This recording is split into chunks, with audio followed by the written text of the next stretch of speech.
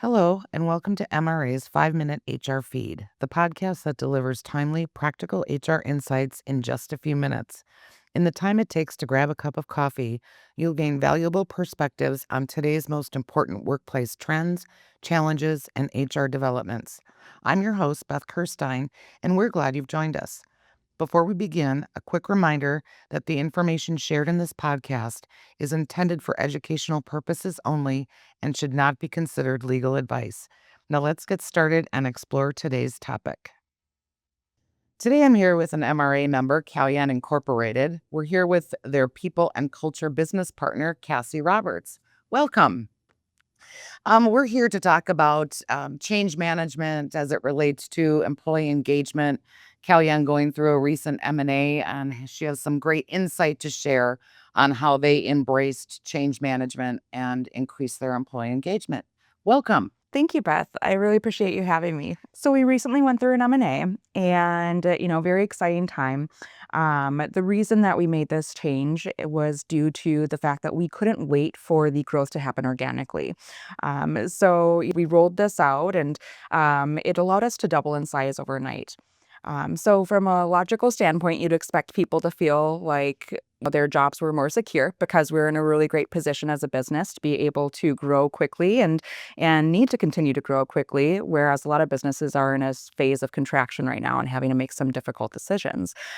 So something that's been really fascinating and interesting as we've gone through this process is a lot of people have felt that their jobs were at risk with this big move. And so one of the key pieces that we have found that we've needed to stay ahead of within the move is staying ahead of communication. Even though when we rolled this out, we had really expressed that message over and over again and repeated it till we were blue in the face of your job's safe. You've got a position within this new move. And this is really coming back to the fact that we need to grow overnight and we don't have that time to wait for that growth to happen because we need to deliver for our customers.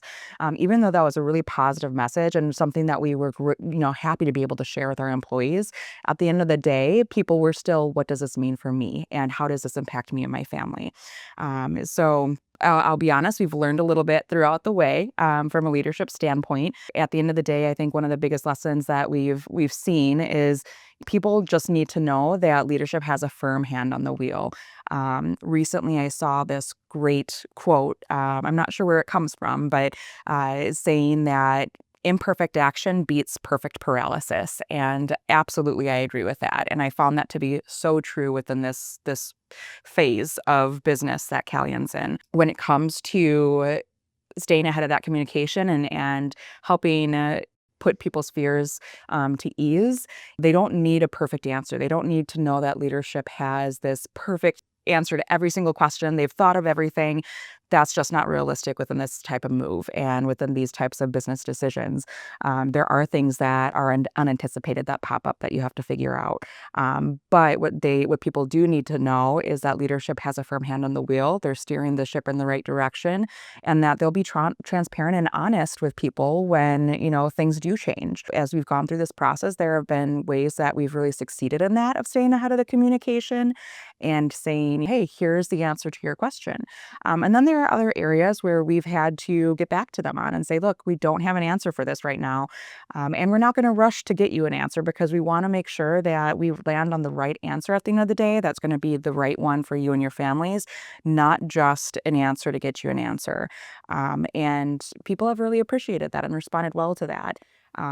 And then there are other areas where we were a little bit behind the ball when it came to getting people answers. And we had to do a little bit of catch up from that and a little bit of damage control from that piece. But, I think that the biggest takeaway from a leadership perspective for us has been not expecting perfection of ourselves as leaders, but owning the mistakes that are made, taking ownership of things we can control and getting to know people and building trust with people and not saying, oh, this is a half answer that you need.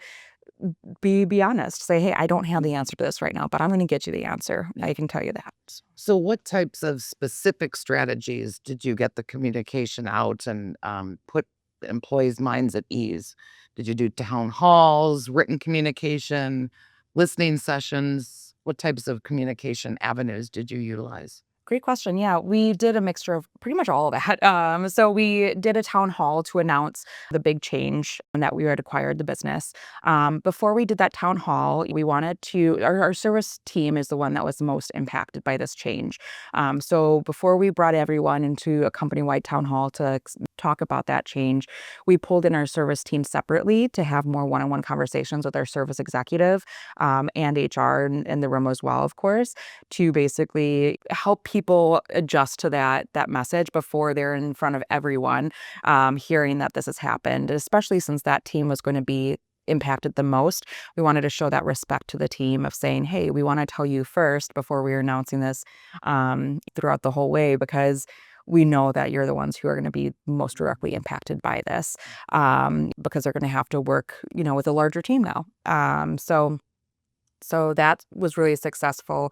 Not to say everyone's like, oh, yay, giddy, let's do it. I think that it just showed that respect from the get-go that helped people be a little bit more transparent about what their worries were throughout the process, and being able to give us as a leadership team the opportunity to answer those worries or answer those questions that they had. And then we also did that town hall to let everyone know. We made sure leadership was available after that town hall to do breakout sessions if anyone had a question they didn't feel comfortable bringing up in front of the group. And then we also did email updates as we had updates for people, and committed to specific dates on when they would get certain answers.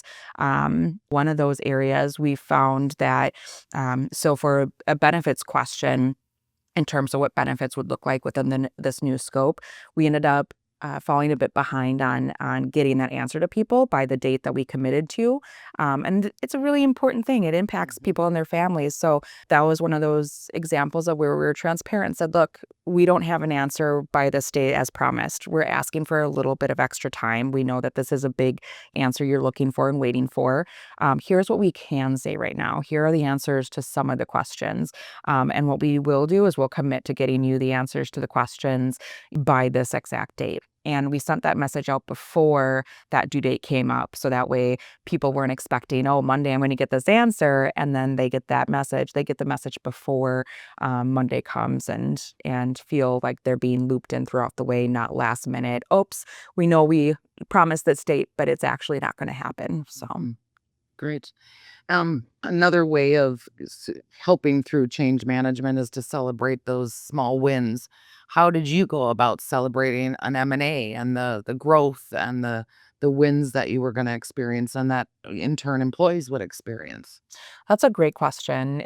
I think the way we've celebrated it so far that I have found to be most beneficial is celebrating it in those one-off conversations that happen. I think that from a leadership perspective, I often think of it as, oh, we'll do this grand party or we'll do this grand thing. But the grand things that happen, although they're nice for employee engagement, those aren't always where you make the most impact when it comes to re-engaging people through these large changes.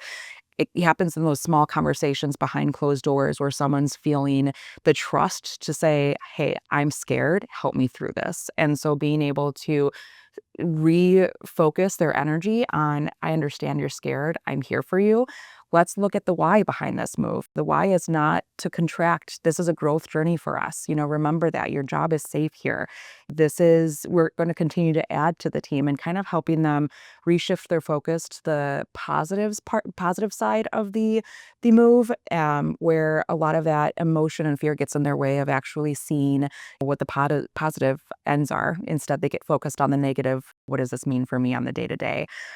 So that's where it's been helpful to kind of celebrate in saying, hey, this is an exciting time. Let's look at what the exciting parts of this are, and being honest with them that too, of not completely dismissing their feelings, but rather saying, I understand where you're coming from. Let's talk about what this could look like. We don't know what this looks like yet. This could be a lot better than what you have right now. So. Awesome. Awesome. Well, we appreciate your time today and your insights, and I'm sure this will be valuable information for all of our other members. Have a great day. Thank you. Thank you for listening to MRA's 5-Minute HR Feed. Be sure to follow and connect with us for more podcasts and updates. If you're a member and have questions, you can always connect with MRA's 24/7 HR hotline by emailing info now@mranet.com. caljan.org or by calling 866-474-6854.